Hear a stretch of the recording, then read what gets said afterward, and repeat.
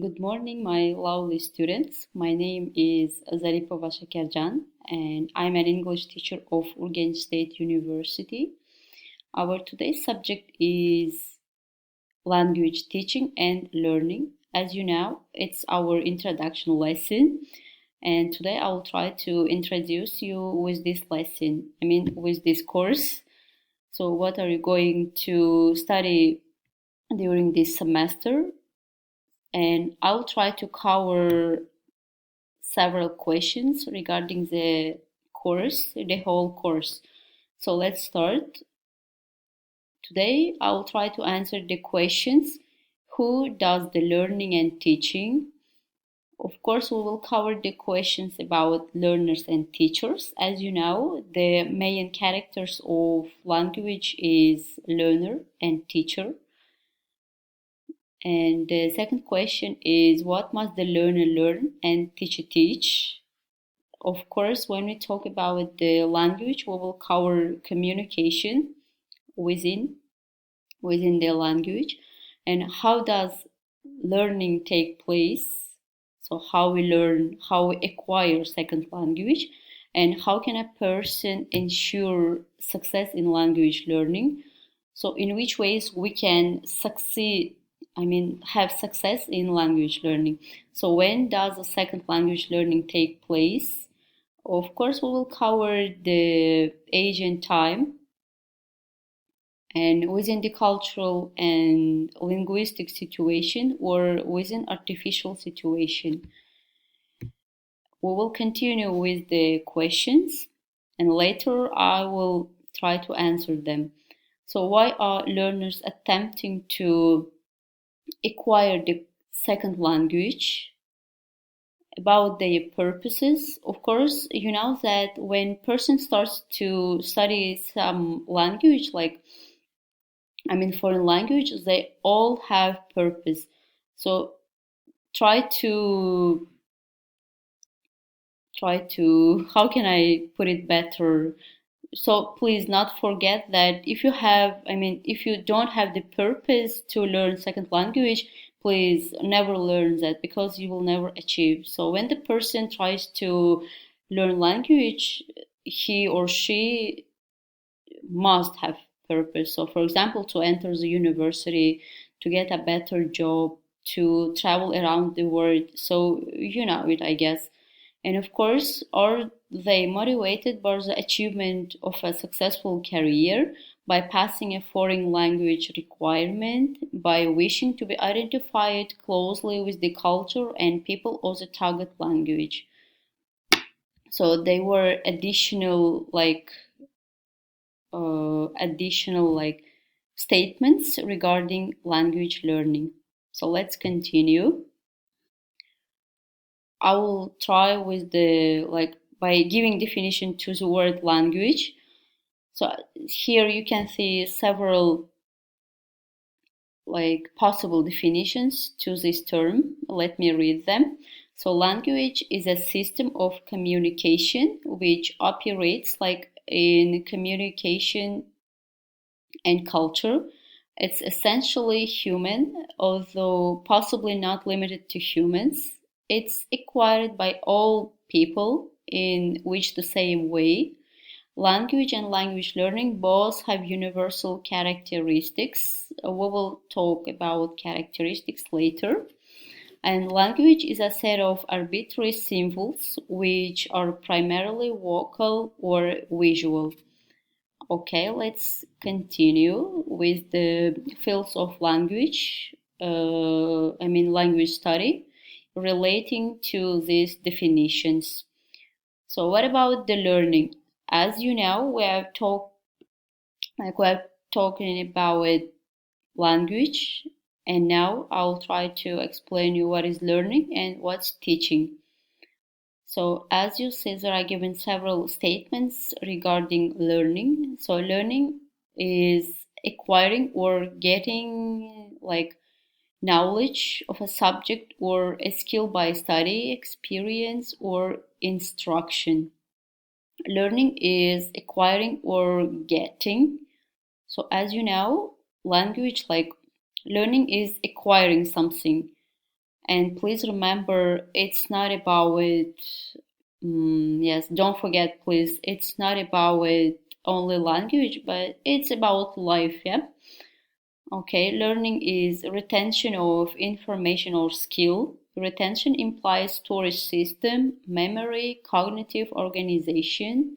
So learning is relatively permanent but subject to forgetting. And learning is a change in behavior. So what about the teaching? It shows or helps someone to learn how to do something. Yeah, it's again not about only language, it's about other fields, other spheres. Yeah, and giving instructions, guiding in the study of something, providing with knowledge, causing to know or understand. So schools of thought in second language acquisition. So we have structuralism, rationalism, and constructivism. So what are they? Let's talk about them. Behavioral psychology. So the structural or descriptive school uses the scientific principle of observation of human language, and it only the publicly observable responses could be studied. So in the structural linguistics, I mean. And also it described human languages and their structural characteristics. It explained that languages differ from each others without limit. So as you know, not all languages the same. They have different grammar structure, yeah, as you see. They have different like styles. They have many differences. And also it ignored attitudes, mind, spirit. It means like unobservable or metalistic. And again, it explained that languages can be divided into pieces or units. Let's continue. So rationalism and cognitive psychology. So in the decade of 1960s, the generative transformational school of linguistics emerged through the influence of Noam Chomsky. So what was his idea? Let's talk about it. He was interested not only on describing language, like achieving the level of descriptive adequacy, but also arriving at like explanatory level of adequacy in the study of language. So Chomsky, it's kind of Chomsky's distinction. He divided it into two parts, like competence and performance. So, like competence means like understanding, yeah, like comprehending, and performance like performing something. So after understanding, of course, we will perform. So as you know, it is not only about language. I'm repeating it like third time. It's like about it includes all the spheres. So what is the difference between competence and performance? So what did the cognitive psychologists assert?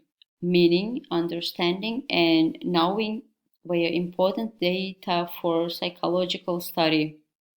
Of course, when we try to acquire second language, you should understand its meaning.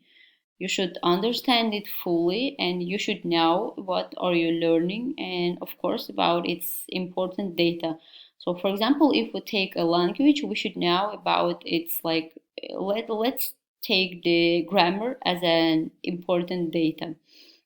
So both cognitive and generative linguistics like thought to discover underlying motivators and deeper structures of human behavior. So how?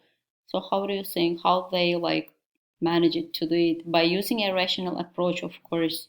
What is the difference between empirical and rational approach? So later, like it's constructivism. What's constructivism? It appeared in the last of the 20th century by Jean Piaget, and constructivists argue that all human beings construct their own version of reality. And of course, they focus on individuals engaging in social practices, and the scientists stressed that the importance of individual cognitive development as a relatively solitary act. And of course, the social interaction only triggered development. And Vygotsky maintained that social interaction was fundamental in cognitive development and rejected the notion of predetermined stages. So, grammar translation method. Let's talk a little bit about the methods of teaching. So the main characteristics of this method is that the student takes the clues in the mother language and little in the second language. So as you see in the grammar translation method, students uses like in the most part of the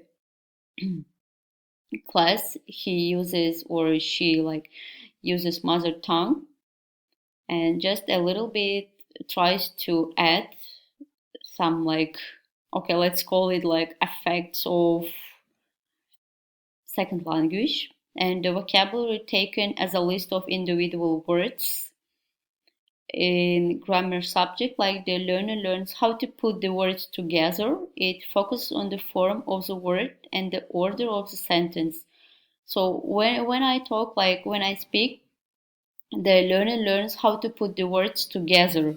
It means like he gathers the words all together. So for example, he tries to learn like putting pronoun, like putting verb after pronoun, or putting like noun. It's some kind of word order, and tries to learn how to put the sentence in a beautiful way.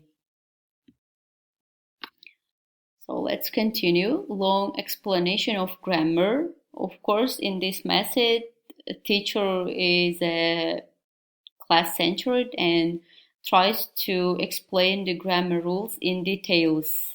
Yeah, so for example, so imagine that if you have like 30, if you have your lessons like for 30 minutes, so a teacher takes it's like more than the half, I guess. Yes, even more than the half.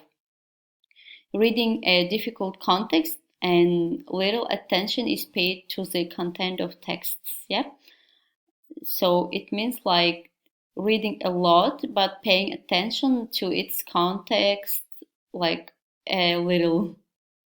So as you say, it's kind of the easiest and the like elementary. Yeah, we can say that it's an elementary way of